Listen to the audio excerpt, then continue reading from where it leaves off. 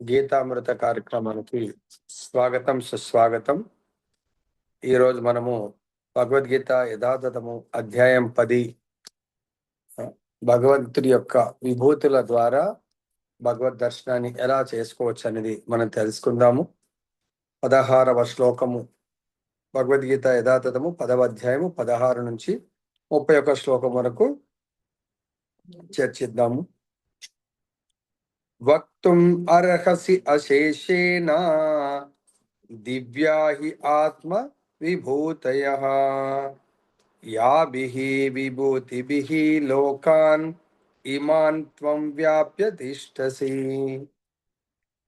కథం విద్యామహం యోగిం త్వాం సదా పరిచింతయన్ కేషు కేషు చ భావేషు చింత్యో అసి భగవన్మయా. సో ఈరోజు మనము భగవంతుడి యొక్క ప్రశ్నలకు అర్జునుడి యొక్క ప్రశ్నలకు భగవానుడు తన విభూతుల యొక్క దర్శనము చేయిస్తున్నారు. సో ఈ 10వ అధ్యాయము దివ్య విభూతుల్ని ఎవరైతే చక్కగా అర్థం చేసుకుంటారో వాళ్ళు నెక్స్ట్ చాప్టర్లో భగవంతుడి యొక్క విశ్వరూప సందర్శనకు యోగ్యులవుతారు.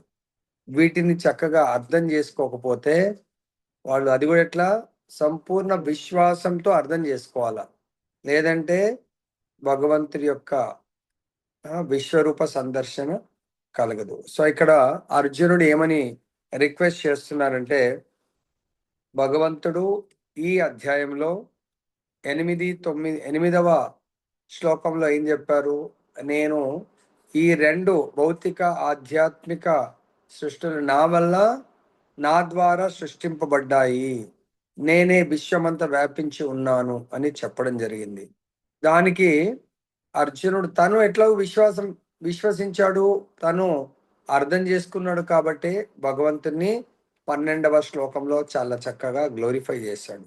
కానీ మిగతా వాళ్ళు ఎవరైతే ఉన్నారో ప్రపంచంలో సాధారణ జనులకు కూడా అర్థమయ్యేట్టుగా నీ యొక్క విభూతులను, నీ సర్వవ్యాపి అనే విభూతులను మీరు ఎన్నో విభూతుల ద్వారా వ్యాపించారు కాబట్టి వాటిని నాకు వివరంగా చెప్పండి అని వేడుకుంటున్నాడు అర్జునుడు కృష్ణుడిని. కృష్ణుడి యొక్క అనుగ్రహం చే మాత్రమే మరియు అర్జునుడి యొక్క స్వ అనుభవము, బుద్ధి, జ్ఞానము ఒక వ్యక్తికి ఉండవలసినవన్నీ కూడా ఎవరికి? అర్జును లోపల ఉన్నాయి. అంటే మనకు కూడా ఎప్పుడైతే భగవంతుని అర్థం చేసుకోవాలంటే భగవంతుని యొక్క కరుణ కృప ఉంటేనే భగవంతుని అర్థం చేసుకుంటాం. ఎలాగైతే సంజయుడు ఉన్నాడు, సంజయుడు ఢిల్లీ హస్తినాపురం ప్యాలెస్ లో కూర్చుండి ఇక్కడ మహాభారత యుద్ధాన్ని వివరిస్తున్నారు. స్పెషల్ గా భగవద్గీత మొత్తాన్ని రిమోట్ లో కూర్చుండి వివరిస్తా ఉన్నారు. ఎవరి కృప వల్ల? వేద వ్యాసుల వారి కృప వల్ల. ఇక్కడ అర్జునుడు భగవంతుడి యొక్క కృప వల్ల మాత్రమే వీటన్నిటిని అర్థం చేసుకోగలిగాడు. కాబట్టి మనందరం ఇప్పుడు ఒకవేళ మనం అర్థం చేసుకోవాలంటే మనం భగవంతుడి యొక్క సంపూర్ణ శరణాగతి, భగవంతుడి యొక్క దివ్య మంగళమైనటువంటి ఆ కథామృతాన్ని, గీతామృతాన్ని మనం చక్కగా అర్థం చేసుకొని దేని కొరకు అర్థం చేసుకోవాలా? మనం దీన్ని అనుసరించడానికి కొరకు అర్థం చేసుకోవాలి. అర్జునుడు ఇంకా ప్రశ్న అడుగుతున్న, ఓ కృష్ణ, ఓ పరమయోగి, నేను నిన్ను నిరంతరము ఎట్లా తలుచుకోవాలి, నిన్ను ఏ విధంగా తెలుసుకోవాలి? అంటే సాధారణ జనులకు మరి మన ఇంట్లో ఒక ఫోటోలో భగవంతుని చూస్తున్నాం, చిన్న విగ్రహంలో చూస్తున్నాం, కానీ నిరంతరము ఎలా మనం తెలుసుకోవాలా? ప్లస్ మనం ఇంట్లోనే ఉంటామా? ఉండం కదా, బయటకు కూడా వెళ్తా ఉంటాం. భగవంతుని ఏ విధంగా తెలుసుకోవాలి? కాబట్టి భగవంతుని ఏ రూపంలో మనం స్మరించాలి? సో భగవంతుడు మరి సర్వవ్యాపి అంటున్నారు, ఏ రూపంలో భగవంతుని కొలవాలి? సో మనం భౌతిక ప్రపంచంలో ఎన్నో విషయాల్ని చూస్తున్నాం, మరి అన్నిట్లో భగవంతుడు ఉన్నాడా లేదా ఎలా తెలుసుకోవాలి మనము? ఒకవేళ భగవంతుడు పలానా దాంట్లో నేను ఉన్నానంటే అది చూడంగానే మనకు భగవంతుడు గుర్తొస్తాడు, ఇంకో దీంట్లో ఉన్నానంటే అది చూడంగానే మన భగవంతుడు గుర్తొస్తాడు. సర్వవ్యాపత్వం అంటే అన్లెస్ అంటిల్ ఆ లిస్ట్, సపోజ్ ఎగ్జాంపుల్ మనము ఒక పెద్ద కంపెనీ ఉందనుకో, సూపర్ మార్కెట్సే ఉన్నాయనుకోండి. సో మనకు అది చాలా ఫేమస్, ప్లస్ స్పెషల్లీ కొంచెం రీజనబుల్ రేట్లు వస్తాయి, తక్కువలు వస్తాయి అనుకున్నాం. సో దానికి ఒక పేరు ఉంది, దానికి ఒక ప్లేస్ ఉంది కదా. పలానా కంపెనీ పలానా ప్లేస్ లో ఉందంటే అక్కడికి వెళ్ళిపోతాం మనం. అదేవిధంగా భగవంతుని ఏ రూపంలో ఎక్కడ చూడొచ్చు మనము, అక్కడ చూడంగానే భగవంతుని స్మరణకు గుర్తొస్తా ఉంటాడు అన్నట్టు. లేదు ఆ రూపం కానీ లేకుంటే ఆ పేరు ఏమీ లేదనుకోని ఎలా మనము భగవంతుని గుర్తించగలుగుతామని అర్జునుడు భగవంతుని ప్రశ్నిస్తున్నాడు. ఏ వివిధ రూపాల్లో నిన్ను నేను స్మరించాలి, సో ఏ విధంగా నేను చూసుకోగలుగుతానని చెప్పేసి అడుగుతా ఉన్నాడు. ఇది మరి ఎవరికి లభ్యమవుతుంది, ఎవరు దాన్ని ఆ విధంగా అర్థం చేసుకోగలుగుతారు? కేవలము భగవత్ శరణాగత జీవులు మాత్రమే, భక్తులు మాత్రమే. భగవంతుడు ఇప్పుడు చెప్తున్నారు, నెక్స్ట్ శ్లోకం నుంచి ఇంకా చెప్పబోతున్నారు. కానీ మనము భగవంతుడికి శరణాగతి అయిన వాళ్ళు మాత్రమే భగవంతుడు చెప్పిన దాన్ని అర్థం చేసుకోగలుగుతారు. ఇది మన అందరికీ అప్లికేబుల్. మనం కూడా అర్జునుడికి ఫిజికల్ గా భగవంతుడు సచిదానంద స్వరూపంలో ఉండి చెప్తారు. మరి మనం కూడా అదే విధంగా అర్థం చేసుకోవాలంటే అర్జునుడు కృష్ణుడిని గురువుగా స్వీకరించి దాని తర్వాత ఆ బోధనుడు యాజ్ గా అర్థం చేసుకున్నారు. మరి మనము అదే విధంగా అర్థం చేసుకోవాలంటే మనం అట్లా ఉత్తమమైనటువంటి ఒక గురువుని ఆశ్రయించి ఆ గురువుకు శరణాగతి పొంది మనము గురువుని సుశ్రుతలు చేస్తూ విన్నట్టయితే సులభంగా అర్థమవుతుంది. కానీ ఎవరికి అర్థం కాదు? ఎవరైతే కృష్ణుడిని సామాన్యుడిగా చూశారు, అదేవిధంగా కృష్ణుడి ప్రతినిధి అయినటువంటి గురువుని సామాన్యుడిగా చూస్తూ ఆయన వచనాలను కూడా సామాన్య వచనాలుగా ఎవరైతే అనుకుంటారో వాళ్ళని ఏమంటారు? దానవులు, నాస్తికులు. మరియు సామాన్య జనులు శ్రీకృష్ణుడి గురించి అర్థం చేసుకోలేరు. లైక్ ఎగ్జాంపుల్ తీసుకున్నట్టయితే ఇప్పుడు మనం ఐఏఎస్ చాలా టాప్ పోస్ట్ అండి, కానీ అది అందరు పాస్ కాగలుగుతారా? అందరూ ఆరంభ శూరత్వం, అందరూ ప్రిపేర్ అవ్వాలి, ఎగ్జామ్ కడతారు చాలా మంది, లక్షల మంది, కానీ ఫస్ట్ టైం కట్టి మన వల్ల కాదు అంటారు. అదేవిధంగా ఇంటర్ ఎంపీసీ చదివిన ప్రతి తల్లిదండ్రులు మా అబ్బాయి జేఈ మెయిన్స్ రాయాలా, బిట్స్ రాయాలి, ఐఐటీలో సీట్ కొట్టాలని ఎంతో ఆశ ఉంటుంది. కానీ అది అవుతుందా పని? దానికి అవుతుంది, కానీ దానికి తగ్గట్టుగా ప్రిపరేషన్ అనేది కావాలి. ఇక్కడ భగవంతుడు ఏమంటున్నాడు? ఎవరైతే భగవంతుడి వచనాల పట్ల, భగవంతుడి వచనాలు మన వరకు ఎలా వస్తున్నాయి? భగవంతుడి యొక్క శుద్ధ భక్తులు మన వరకు తీసుకొస్తారు. వాటి పట్ల ఎవరికైతే విశ్వాసం లేదో అటువంటి వాళ్ళ చూపులను యోగమాయచే కప్పివేస్తాడు. భగవంతుడు సామాన్య మానవుడిలా కనబడతా ఉంటాడు వాళ్ళకు. ఎవరికి భగవంతుడు దేవాది దేవుడిగా కనబడతాడు? కేవలము తనకు సంపూర్ణ శరణాగతి పొందినటువంటి భక్తులకు మాత్రమే భగవంతుడిలా కనబడతాడు. తర్వాత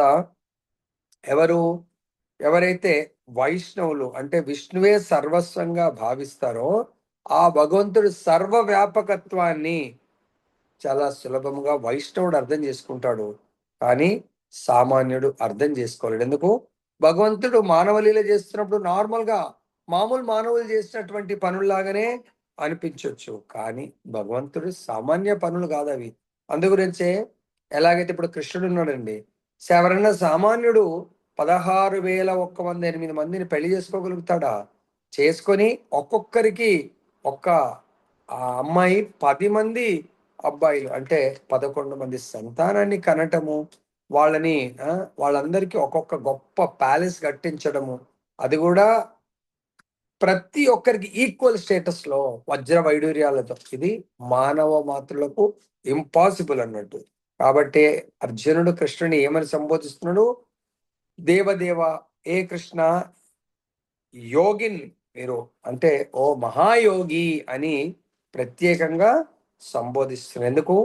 భగవంతుడి యొక్క గొప్ప యోగిక్ శక్తుల ద్వారా మాత్రమే ఆయన భక్తులకు కనబడతాడు, అభక్తులకు కనబడడు. భగవంతుడు అభక్తులకు నార్మల్ గా కనబడతాడు, భక్తులకు భగవంతుడు దేవాది దేవుడిలాగా కనబడతా ఉంటాడు. కృష్ణ ప్రేమ లేనటువంటి సామాన్యుడు ఆ దేవదేవుని నిరంతరము తలుచుకోలేడు.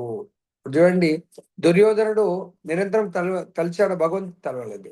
ఆయన దేన్ని తలిచాడు? వాళ్ళ మామని తలుచుకుంటాడు, శకుని ఐశ్వర్యాన్ని తలుచుకుంటాడు, భోగాలను తలుచుకుంటాడు. కానీ అర్జునుడు నిత్య నిరంతరము కృష్ణ కృష్ణ కృష్ణ కృష్ణ నామాన్ని, కృష్ణుని తలుచుకోవడం జరుగుతుంది. అది భౌతిక వ్యక్తులకు, అంటే లౌకిక వ్యక్తుల యొక్క ఆలోచనకు, ఆధ్యాత్మిక వ్యక్తుల యొక్క ఆలోచనకు తేడా అన్నట్టు. ఇక్కడ ఏమన్నారు? కేషు కేషు చ భావేషు అంటే, భావ అంటే భౌతిక వస్తువుల గురించి ఆలోచిస్తూ ఉంటారు. ఈ పదాలు భౌతిక ప్రకృతిని సూచిస్తూ ఉంటాయి. భౌతిక వాదులు వాళ్ళు భగవంతుని మాయని లైక్ చేస్తారు, అంటే భౌతిక సుఖాలను, భౌతిక భోగాలను. కానీ అదే భక్తులు భగవంతుని లైక్ చేస్తారు, భగవంతుని పాద పద్మాలను శరణాగతి పొందుతారు. ఎందుకు? భగవంతుని కృపను, భగవంతుని యొక్క సేవను కోరుకుంటా ఉంటారు. తర్వాత ఇంకా అడుగుతున్నారు, ఓ జనార్దన, నీ విభూతుల యోగ శక్తిని తిరిగి వివరించవలసింది. తిరిగి వివరించవలసింది ఎందుకన్నారంటే, ఆల్రెడీ 7వ అధ్యాయంలో కొన్ని భగవంతుడి యొక్క విభూతులను భగవంతుడు వివరించడం జరిగింది అక్కడ. సో కాబట్టి ఇక్కడ మళ్ళీ తిరిగి నాకు మీ విభూతులను, దివ్య విభూతులను వివరించాలని చెప్పేసి రిక్వెస్ట్ చేస్తా ఉన్నారు. ఎవరు? అర్జునుడు. నీ గురించి వినడంలో నాకు ఏనాడు తనివి తీరదు, ఎందుకంటే నేను ఎంత ఎక్కువగా వింటే అంత ఎక్కువగా నీ వచనామృతమును ఆస్వాదించాలని కోరుకుంటాను. అంటే శుద్ధ భక్తుల యొక్క లక్షణాలు అన్నట్టువి. ఏంటవి? భగవంతుడి గురించి ఎంత విన్నా తనివి తీరదు. వాళ్లకు భౌతికం గురించి 5 నిమిషాలు వింటే దాని పట్ల అనాసక్తి, బోర్ వస్తుంది అన్నట్టు. కాబట్టి ఎంత వింటే అంత అమృతం. అందుగురించే భగవద్గీతను ఏమంటారు? గీతామృతం. భాగవతాన్ని భాగవతామృతం. ఈ విధంగా భగవంతుని నామాన్ని నామామృతం అని భక్తులు భావిస్తూ ఉంటారు. సో ఇక్కడ అర్జునుడే కాకుండా నైమిషారణ్యంలో ఉన్నటువంటి శౌనకాది ఋషులు సూత గోస్వామితో ఇదే విషయాన్ని వాళ్ళు వ్యక్తపరుస్తారు. ఏంటది? వయంతు నా వితృప్యామా ఉత్తమ శ్లోక విక్రమే యశృణ్వతాం రసజ్ఞానం స్వాదు స్వాదు పదే పదే. సో ఇక్కడ ఏమంటారు వాళ్ళు? ఉత్తమ స్థుతులతో కీర్తించబడేటువంటి శ్రీకృష్ణుని దివ్య లీలలను నిరంతరము వినినప్పటికీ కూడా మనిషికి తనివి తీరదు. మనమే ఎగ్జాంపుల్ తీసుకుందాం. మనము హరే కృష్ణ హరే కృష్ణ కృష్ణ కృష్ణ హరే హరే, హరే రామ హరే రామ రామ రామ హరే హరే. దీంట్లో ఆల్రెడీ 16 పదాలు ఉన్నాయి. ఇవి మనం ప్రతి ఒక్కరం ఎన్నిసార్లు చేస్తున్నామండి? మినిమం బిగినర్స్ కూడా 108 సార్లు చేస్తారు. ఎవరైతే అడ్వాన్స్ డివోటీస్ 16 టైమ్స్ చేస్తున్నారు. 16 into 108 చేస్తే 1728 టైమ్స్ ఒకే నామాన్ని పిలుస్తున్నారు. కానీ ఎవరికన్నా చాలు బోర్ అనిపించింది అంటారా? అనరు. మొన్న మన భక్తుల్లో 100 సార్లు చేస్తారు. 100 into 1728 అంటే చూడండి ఎన్నిసార్లు అయి ఉంటుందండి? 100 into 1728 అంటే 1,00,000 పైన నామాలు. 1728 అంటే 17,280 అంటే 1,72,800 సంథింగ్. అన్నిసార్లు నామం చేసినా వాళ్లకు దాని పట్ల అరే ఇంకా చాలు అని అనిపించలేదు. That is the greatness of Krishna nama, that is the greatness of Krishna katha. Parikshit Maharaj ఆకలి వదిలేశాడు, దప్పికలు వదిలేశాడు. 7 రోజులు 7 పగులు కంటిన్యూస్ గా భాగవతామృతాన్ని ఆస్వాదించడం జరిగింది. కాబట్టి ఇక్కడ ఏమంటున్నారు? ఇక్కడ భగవంతుడి శ్రీకృష్ణ భగవానుడి యొక్క దివ్య సంబంధము కలిగిన వారలు లీలావర్ణలను అడుగడుగున ఆస్వాదిస్తారు. సో లీలావర్ణ అంటే భగవంతుడి యొక్క బాల్య లీలలు, భగవంతుడి యొక్క మథురా లీలలు, బృందావన్ లీలలు, తర్వాత ద్వారకా లీలలు, యుద్ధ లీల. భగవంతుడు ఆ విధంగా ఎన్నో రకాలైనటువంటి లీలను, ప్రతి లీలను భక్తులు ఆస్వాదిస్తూ ఉంటారు. దాని ఎందుకు? అది అమృతం లాగా. అదే దేవదానవులు సముద్ర మథనం చేసి అమృతాన్ని, దానికంటే ముందు విషాన్ని, తర్వాత అమృతాన్ని. కానీ భగవంతుడి యొక్క కథా అమృతంలో విషం అనేది ఉండదు. ఖచ్చితంగా అది సంపూర్ణ అమృతమే ఉంటుంది అక్కడ. ఈ అమృతాన్ని ప్రత్యక్ష అనుభవంతో ఆస్వాదించవచ్చు. సో ఇది భగవంతుడి కథని ఎవరు వింటే వాళ్ళు ప్రత్యక్షంగా అనుభవించవలసిందే. కానీ అదే మనము ఏమన్నా నవలలు, కథలు, తర్వాత వేరే ఎవరిదైనా హిస్టరీస్ చదివితే ఎంతసేపు చదువుతామండి? చదవలేము. అవి అన్ని బోర్‌గా అనిపిస్తాయి. ఎందుకంటే లౌకిక కథలు విని ఒకసారి చదివితే అలసిపోతాం. అదే భగవద్గీత 12,00,00,000 సంవత్సరాలకు పైబడింది. అయినా ఇప్పటికి అనంత కాలం నుంచి సేమ్, నో చేంజ్. సో ఎంతో మంది మహాత్ములు ఎన్నో సార్లు, ఇప్పుడు మనమే దీన్ని ఇప్పుడు దాదాపు 10 టైమ్స్ ఇప్పటి వరకు, మోర్ దాన్ 10 టైమ్స్ బోధించడం జరిగింది. కానీ ఎప్పుడన్నా అరే ఇంకా చాలు ఇంతకంటే ఎక్కువనా అని అంటున్నారా? వినేవాళ్ళు కూడా మన గ్రూప్ లో దాదాపు మోర్ దాన్ 5 టైమ్స్ భగవద్గీతని ఆల్రెడీ విన్నారు, ప్రతి శ్లోకాన్ని. కానీ ఇంకా ఏం అటెండ్ చేస్తామని ఎవరికైనా ఉందా? ఎవ్వరికీ లేదు.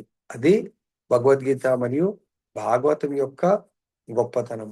ఈ విధంగా ఎప్పుడైతే అర్జునుడు భగవంతుని వేడుకున్నాడో, మీ యొక్క భగవత్ అవతారాల లీలలను వర్ణించే పురాతన చరిత్రలే పురాణాలు. పురాణాలు అంటే మనకు సో ఈ ఆధ్యాత్మికమైనటువంటి మార్గంలో 4 వేదాలు, భగవద్గీత, ఆ తర్వాత భాగవతము, మహాభారతం, తర్వాత మనకు 18 పురాణాలు, రామాయణం, ఇవన్నీ ఉన్నాయి. సో ఇవన్నీ దేనికి? మనకు భగవంతుడి యొక్క దివ్యమైనటువంటి లీలలను ప్రసాదించడానికి ఉన్నాయి. ఇప్పుడు భగవంతుడు అర్జునుడి యొక్క రిక్వెస్ట్ కు స్పందిస్తూ ఆయన తన దివ్య విభూతులను బోధించబోతున్నాడు. శ్రీ భగవాను వాచ. సో ఇక్కడ కృష్ణం వాచ అనకపోవడానికి చాలా స్పెషల్ ఆ ఆ వేదవ్యాసుల వారు రచనలో గొప్పతనం ఉంది. ఏంటది? శ్రీ భగవాన్ అంటే కృష్ణుడే భగవానుడు, భగవానుడే కృష్ణుడని చూయించడానికి కొరకు. అప్పుడు భగవంతుడు అంటున్నాడు, సరే నా శోభాయమానమైనటువంటి రూపాలలో కేవలం ప్రధానమైన వాటిని నేను నీకు చెబుతాను. అనంతమైనటువంటి భగవంతుడి విభూతులు ఉంటాయి, కానీ వాటిలో కొన్ని మాత్రమే నీకు చెబుతాను. ఎందుకంటే నా విభూతి విస్తారానికి హద్దు లేదు. అన్లిమిటెడ్ భగవంతుడి విభూతులు. వాటిని తెలుసుకోవడం, అవన్నింటిని తెలుసుకోవడం అసాధ్యం. మానవ మాత్రులకు అది ఇంపాసిబుల్. ఎందుకు? వాళ్ళ ఇంద్రియాల యొక్క కెపాసిటీ పరిమితమైంది. వాటిని తెలుసుకోవాలంటే ఈ పరిమితమైనటువంటి శక్తితో అపరిమితమైనటువంటి శక్తిని తెలుసుకోవడము ఇంపాసిబుల్. అది అసాధ్యమని భగవంతుడు చెప్తున్నాడు. కానీ వాటిలో కొన్నిటిని సెలెక్టివ్, వాటిని ఏవైతే నీవు అర్థం చేసుకోగలుగుతావో వాటిని మాత్రం నీకు బోధిస్తాను, వాటిని విను అర్జున అని చెప్పేసి చెప్తున్నాను. మరి అవి నీ తర్వాత ఎవరన్నా విని అర్థం చేసుకోవాలంటే, ఎవరైతే నా పట్ల, నా బోధన పట్ల సంపూర్ణ విశ్వాసం ఉంటుందో వాళ్ళకు అమృతం లాగా అనిపిస్తుంది. నా పట్ల విశ్వాసం లేదు, నా బోధనల పట్ల విశ్వాసం లేని వాళ్ళకు అది విషంలాగా, అంటే వాళ్ళకి పెద్ద ఇంట్రెస్ట్ ఉండదు. కానీ నా విభూతులు, నా శక్తులు చర్చించడంలో ఉన్న భక్తులు ఎప్పుడు ఆనందాన్ని అనుభవిస్తారు. ఇది ఆల్రెడీ భగవంతుడు 10వ అధ్యాయము 9వ శ్లోకంలో చెప్తారు. ఏమని? మచ్చిత్త మద్గత ప్రాణ బోధయంత పరస్పరం కథ ఎంతశ మాం నిత్యం తుషంతి చ నమంతి చ. నా భక్తులు ఎప్పుడు కూడా నా గురించి ఎన్నిసార్లు విన్నా మళ్ళీ మళ్ళీ మళ్ళీ తెలుసుకోవాలని చెప్పి. ఎందుకు? ఇప్పుడు మనం రోజు భోజనం చేస్తున్నామండి, టిఫిన్ చేస్తున్నాం, లంచ్ చేస్తున్నాం, డిన్నర్ చేస్తున్నాం. ఏ రోజన్నా నాకు టిఫిన్ వద్దు, లంచ్ వద్దు, డిన్నర్ వద్దు అంటామా? సేమ్ ఐటమ్స్ కూడా రిపీట్ కావచ్చు, కానీ మనము ప్రతిరోజు తింటా ఉంటాం, ఆనందిస్తూ ఉంటాం. నీళ్ళు ఎన్నో తాగుతూ ఉంటాం, వద్దంటామా? మిల్క్ తాగుతూ ఉంటాం, వద్దంటాం. అలానే అది కంపల్సరీ ఈ నాలుక కోరుకుంటుంది, కడుపు కోరుకుంటుంది. అలానే సో భక్తులకి ఎప్పుడు కూడా భక్తుల చెవులు కానీ నోరు కానీ సో ఎప్పుడు భగవంతుడి యొక్క లీలలను కోరుకుంటా ఉంటుంది. ఎందుకు? అవి మనకు అనంతమైనటువంటి ఆనందాన్ని ఇవ్వడం జరుగుతుంది. భగవంతుణ్ణి ఇక్కడ కృష్ణుణ్ణి ఎందుకు భగవానుని సంబోధించారండి? భగవంతుడి షడైశ్వర్య సంపన్నుడు. ఏంటవి? భగవంతుడు ఈ సృష్టిలో ఆయనంత బలవంతుడు ఎవరు లేరు, ఆయనంత అందము ఎవరికి లేదు, భగవంతుడి యొక్క యశస్సు ఎవరికి లేదు, తర్వాత భగవంతుడి యొక్క ఐశ్వర్యము ఎవరికి లేదు, భగవంతుడికి ఉన్న జ్ఞానము ఎవరికి లేదు. తర్వాత భగవంతుడితో వైరాగ్యాన్ని పోలిస్తే అంత వైరాగ్యము ఎవరికి లేదు అని చెప్పేసి మనకు చెప్తున్నాడు. అంతేగాక ఇప్పుడు భగవంతుడు ప్రారంభిస్తున్నారు తన విభూతులని 20వ శ్లోకం ద్వారా. ఓ అర్జున, నేను మొట్టమొదటిగా జీవుడి లోపల ఉన్నటువంటి విభూతి ఏంటి అనేది స్టార్ట్ చేశారు. సకల జీవుల హృదయాలలో ఆసీనుడైనట్టి పరమాత్ముడను నేనే, సకల జీవుల ఆది మధ్య అంతమును నేనే. అంటే మనందరి లోపల, మీ అందరి లోపల నేనున్నాను పరమాత్మ రూపంలో. అంతేకాకుండా జీవుల యొక్క ఆది మొదలు నేనే, మధ్య నేనే, అంతము కూడా నేనేని భగవంతుడు ఇక్కడ వివరిస్తున్నారు. అదే కాకుండా ఈ శ్లోకంలో స్పెషల్ గా భగవంతుడు అర్జునుని గుడాకేశ అని సంబోధించారు. గుడాకేశ అంటే నిద్రని జయించినటువంటి వాడా, నిద్ర అనే చీకటిని లేదా అజ్ఞానాన్ని జయించినటువంటి వాడా. మనం కూడా భగవంతుని అర్థం చేసుకోవాలి. ఇప్పుడు భగవంతుని విభూతులు అంటే నిద్ర అంటే ఫిజికల్ గా ఇలా నిద్రపోవడం కాదు. అజ్ఞానం అనే అంధకారము మన లోపల ఎన్నో జన్మ జన్మల నుంచి వస్తుంది. దాన్ని భగవంతుడి యొక్క దివ్యమైనటువంటి జ్ఞాన జ్యోతి ద్వారా దాన్ని తొలగించండి. అప్పుడే మనము భగవంతుని చక్కగా అర్థం చేసుకోగలుగుతాం. ఇక్కడ చెప్తున్నారు భగవంతుడు ఎంత అద్భుతంగా, ఈ భౌతిక సృష్టి ఆరంభానికి ముందే భగవానుడు తన ప్రధాన విస్తారం ద్వారా పురుషావతారాన్ని స్వీకరిస్తాడు. సో భగవంతుడు ఎన్నో రకాల అవతారాలు, గుణావతారాలు, పురుషావతారాలు. పురుషావతారాల్లో భగవంతుడు మహావిష్ణువు, తర్వాత గర్భోదక సాయి విష్ణువు, క్షీరోదక సాయి విష్ణువు, ఈ ముగ్గురిని కలిపి పురుషావతారం అంటారు. దాని తర్వాత భగవంతుడు గుణావతారాన్ని కూడా స్వీకరిస్తాడు. దాని తర్వాత చూద్దాం మనం. అంటే ఈ పురుషావతారము ద్వారా భగవంతుడు ఆత్మ అంటే మహత్తత్వానికి, దీన్ని మనం ఈ సృష్టి ఆరంభానికి ముందు భగవంతుడి సృష్టిలో ప్రతి అణువణువులో పరమాత్మ విస్తరిస్తూ ఉంటాడు యాజ్ ఏ మహత్తత్వం లాగా. నిజానికి మహావిష్ణువు మహత్తత్వంలో ప్రవేశిస్తాడు. అంటే మొత్తం ఈ సృష్టి రెండుగా విడిపోకముందు మహావిష్ణువు లేదా కారణోదక సాయి విష్ణువు మహత్తత్వం లాగా విస్తరించడము జరిగింది. ఆత్మ మహావిష్ణువు విశ్వాల్లోకి ప్రవేశించి తిరిగి ప్రతి జీవునిలో పరమాత్మనిగా ప్రకటమవుతాడు. మనందరి లోపల మహత్తత్వంలో విస్తరించి తర్వాత మనం ఈ శరీరం తీసుకునేటప్పుడు శరీరంలో మనతో పాటు పరమాత్మలాగా ప్రవేశిస్తాడు లేదా ప్రకటమవుతాడని చెప్పొచ్చు మనం. ప్రకృత్యాది సర్వభూతాంతర్యామి సర్వశేషీ చ నారాయణ. సో సకల విశ్వాలలో అంటే అనంతమైనటువంటి బ్రహ్మాండాలలో భగవంతుడు పురుషావతారంలో క్షీరోదక సాయి విష్ణువైనటువంటి పరమాత్మలాగా విస్తరించడం జరుగుతుంది. మళ్ళీ ఇంకా చెప్తున్నారు, భాగవతం ప్రకారము భగవంతుడు కృష్ణస్తు భగవాన్ స్వయం, కృష్ణుడే భగవంతుడు అని చెప్పేసి మనకు వివరించారు. అంతేకాకుండా సాత్వత తంత్రంలో విష్ణస్తు త్రీని రూపాణి పురుషాఖ్యాన్యతో విదుహు, అంటే భగవంతుడు మూడు రూపాలుగా ప్రకటమవుతాడు. ఏంటది?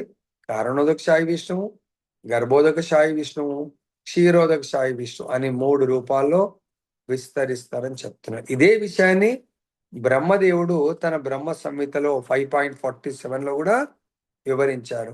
యకారణార్ణవ జలే భజతి స్మ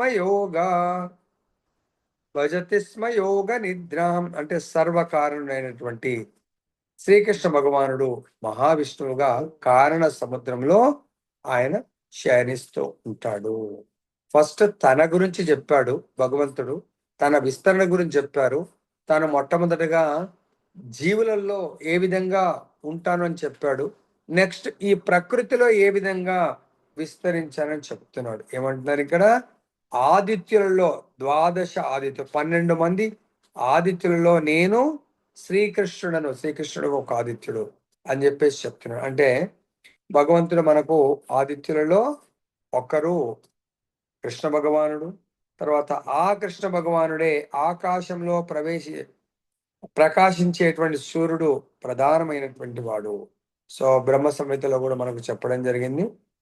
ఈ సూర్యుడు భగవంతుడు ఒక కన్నుతో పోలుస్తా ఉంటున్నాడు. తేజోమయ నేత్రంగా అంగీకరించబడ్డాడు సూర్యుడు. తర్వాత ఇంకా ఈ శ్లోకంలో 21st శ్లోకంలో మరీచిర్ మరుతామస్మి నక్షత్రాణం అహం శశి అని చెప్తున్నా. ఏమని? అంతరిక్షంలో 50 రకాల వాయువులు వీస్తూ ఉంటాయి. ఈ గాలులను నియంత్రి 50 రకాలైనటువంటి గాలులను కంట్రోల్ చేసే దేవత మరీచి. అతడు కృష్ణుడికి ప్రతినిధి అని చెప్తున్నారు. ఓకే. తర్వాత అంటే ఇప్పుడు ఈ గాలులను కంట్రోల్ చేసేవాడు కృష్ణుడు. ఏ రూపంలో? మరీచి రూపంలో. తర్వాత మనం ఇప్పుడు ఈవినింగ్ అయింది కదా, నక్షత్రాలు, చాలా నక్షత్రాలు ఉంటాయి. అన్ని నక్షత్రాల్లో చంద్రుడు ఒక గొప్ప నక్షత్రము. ఆ చంద్రుడే కృష్ణుడి యొక్క నక్షత్రాలన్నింటిలోకెల్లా గొప్పవాడు చంద్రుడు. ఆ చంద్రుడు భగవంతుడి యొక్క ప్రతినిధి అని మనకి ఇక్కడ చెప్తున్నాడు. ఆ చంద్రుడి యొక్క కాంతి లేకపోతే నక్షత్రాల కాంతి ఎలా? సూర్యకాంతి వల్ల ప్రతిబింబం. అది సూర్యకాంతి వల్ల వాటికి ఆ కాంతి లభ్యమవుతుందని చెప్తున్నారు అన్నట్టు. తర్వాత సూర్యకాంతిని ప్రతిబింబించడం ద్వారా చంద్రుడు కాంతిని ఇచ్చినట్లు నక్షత్రాలు కూడా ఇస్తాయి. కానీ చంద్రుడు కూడా ఒకానొక నక్షత్రమే గాని స్వయం ప్రతిపత్తి కాదు, సూర్యుడిలాగా కాదు అని ఇక్కడ మనకు భగవంతుడు బోధిస్తున్నారు. తర్వాత మన అందరికీ తెలుసు 4 వేదాలు ఉన్నాయి.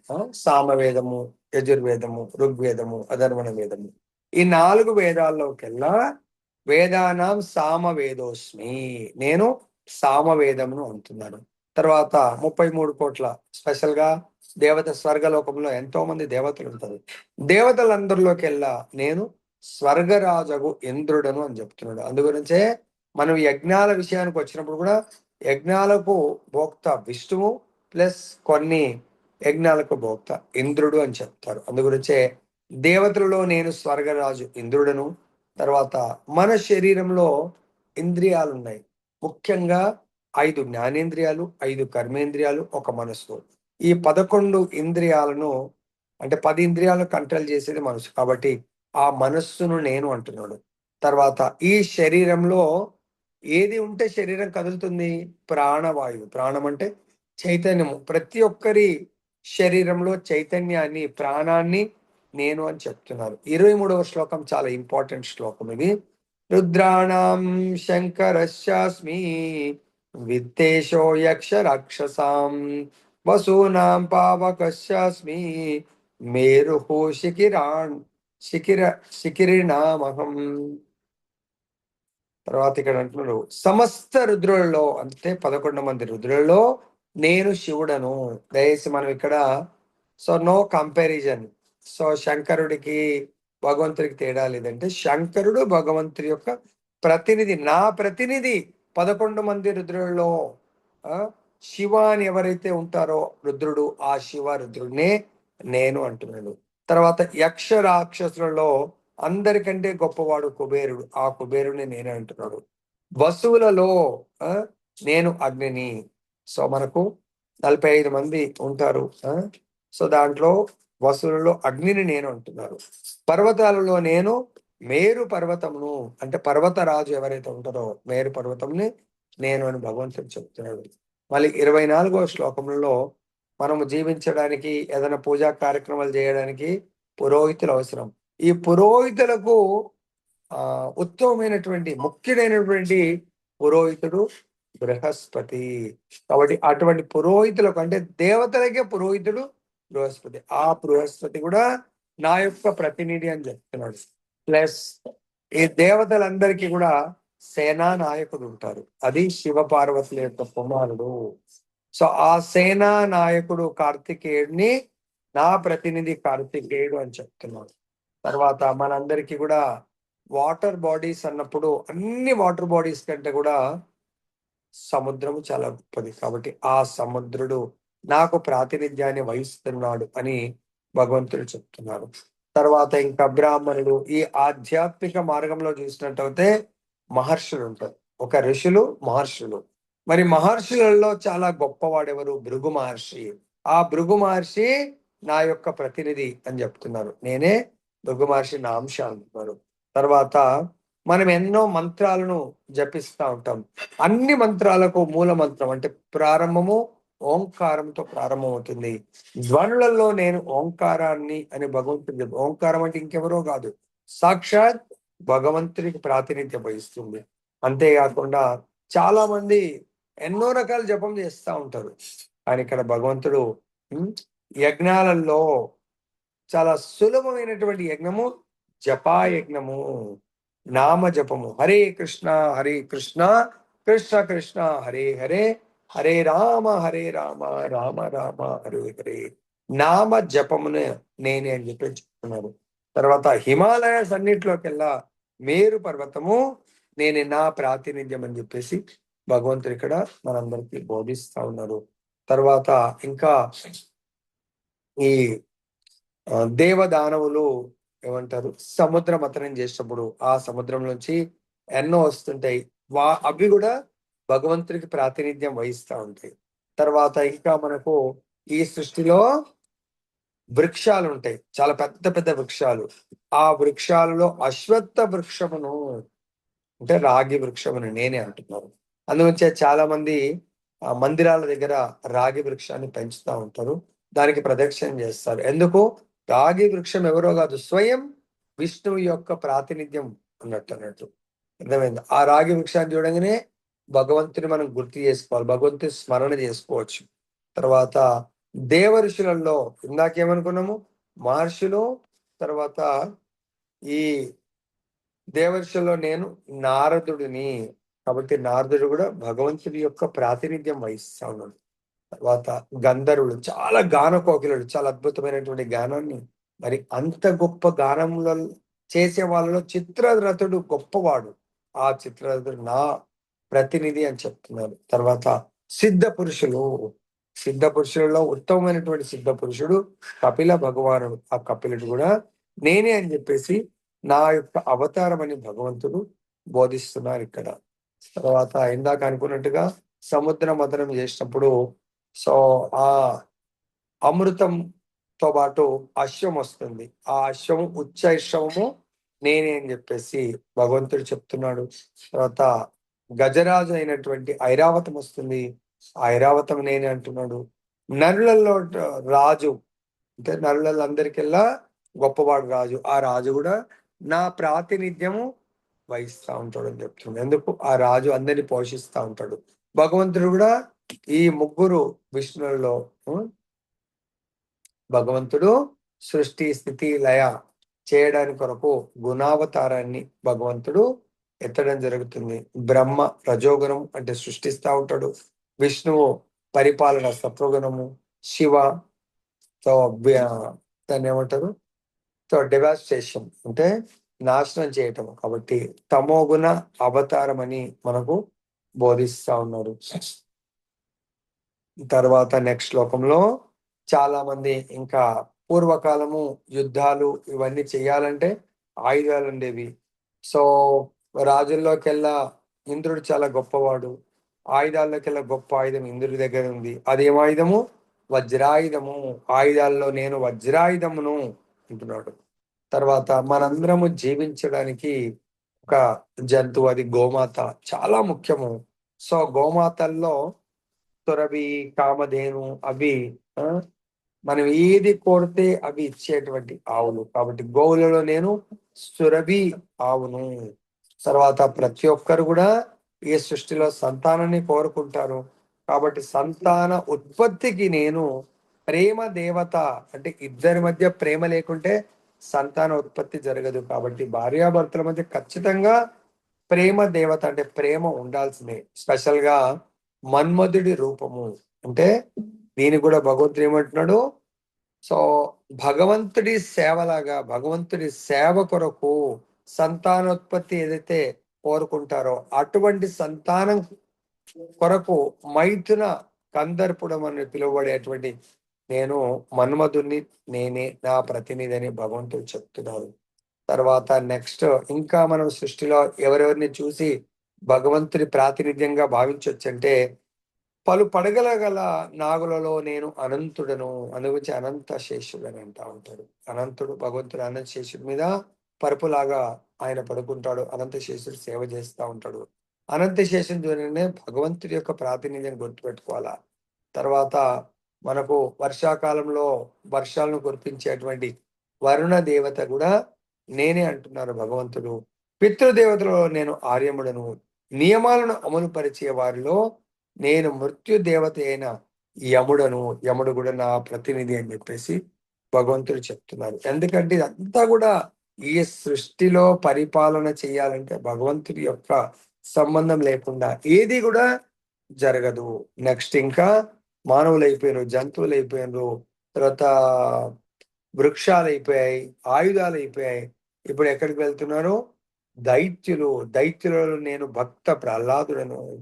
తర్వాత ప్రతి ఒక్కరు కూడా కాలానికి అతీతులు గారు, కాల గర్భంలో కలిసిపోవాల్సింది అన్నట్టుగా అనిచే వాటిలో నేను కాలమును, జంతువులలో నేను సింహాన్ని, పక్షులలో నేను గరుత్మంతుడను. చూసారా? వృక్షాలు అయిపోయింది, ఆయుధాలు అయిపోయింది, దైత్యులు అయిపోయారు. పక్షులలో గరుత్మంతుని మనం అప్పుడప్పుడు టెంపుల్లో చూస్తూ ఉంటాం కదా. చూడంగానే భగవంతుడి ప్రాతినిధ్యం. సింహము సింహము అమ్మవారి యొక్క వాహనం లాగా ఉంటుంది. సింహాన్ని చూస్తే భగవంతుడి యొక్క ప్రాతినిధ్యంగా మనము భావించాలి. వీళ్ళందరూ కూడా శ్రీకృష్ణ భగవానుడికి ప్రాతినిధ్యం వహిస్తా ఉన్నారు. తర్వాత ఇంకా గాలి మనకు చల్లని, ఇప్పుడు ఎండాకాలం చల్లని గాలి వీస్తే బాగుండు అనుకుంటాం. కాబట్టి పవిత్రము చేసే వాటిలో నేను గాలిని, శస్త్రధారులలో నేను రాముడను. అస్త్ర శస్త్రాలు ధరించినటువంటి వాళ్ళలో అందరికంటే మేటి అస్త్ర శస్త్రధారి కేవలము భగవంతుడు. నేను రామావతారం, నాలాంటి ఇంకా అస్త్ర శస్త్రాలను ఎవ్వరు కూడా ధరించలేరు అనువచ్చే భగవంతుడు. ఒకే బాణం ఒకే పత్ని అని చెప్పేసి అంటారు కదా, ఒక్క బాణంతోనే సరిపోతుంది భగవంతుడి. కాబట్టి అటువంటి శస్త్రధారుల్లో నేను రాముడను. తర్వాత ఇంకా జలచరాల దగ్గరికి వచ్చాడు. చేపలో నేను సొర చేపను. తర్వాత నదులు, ప్రవహించే నదులలో నేను గంగను. ఎందుకు? గంగ నా బొటన వేలు నుంచే వచ్చింది కాబట్టి ఆ గంగ కూడా నాకు ప్రాతినిధ్యము వహిస్తుందని భగవంతుడు ఇక్కడ వివరిస్తా ఉన్నారు.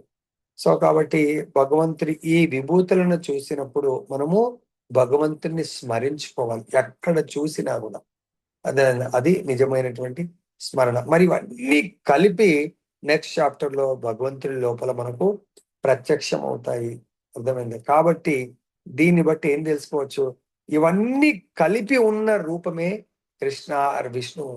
మరి ఆ ఒక్క రూపాన్ని పూజ చేస్తే వీళ్ళందరినీ సేవించిన వాళ్ళం అవుతాము. అది అర్థం చేసుకోవడానికే ఈ విభూతుల్ని అడగడం జరిగింది. సభలో గ్రంథరాష్ట్రం భగవద్గీత की जय, श्री श्री राधा रमन लाल की जय, जगन्नाथ बलदेव सुभद्रा महारानी की जय, गौर निताय भगवान की जय, जगत गुरु श्रील प्रभुपाद की जय, श्री श्रीपाद गुरु महाराज की जय।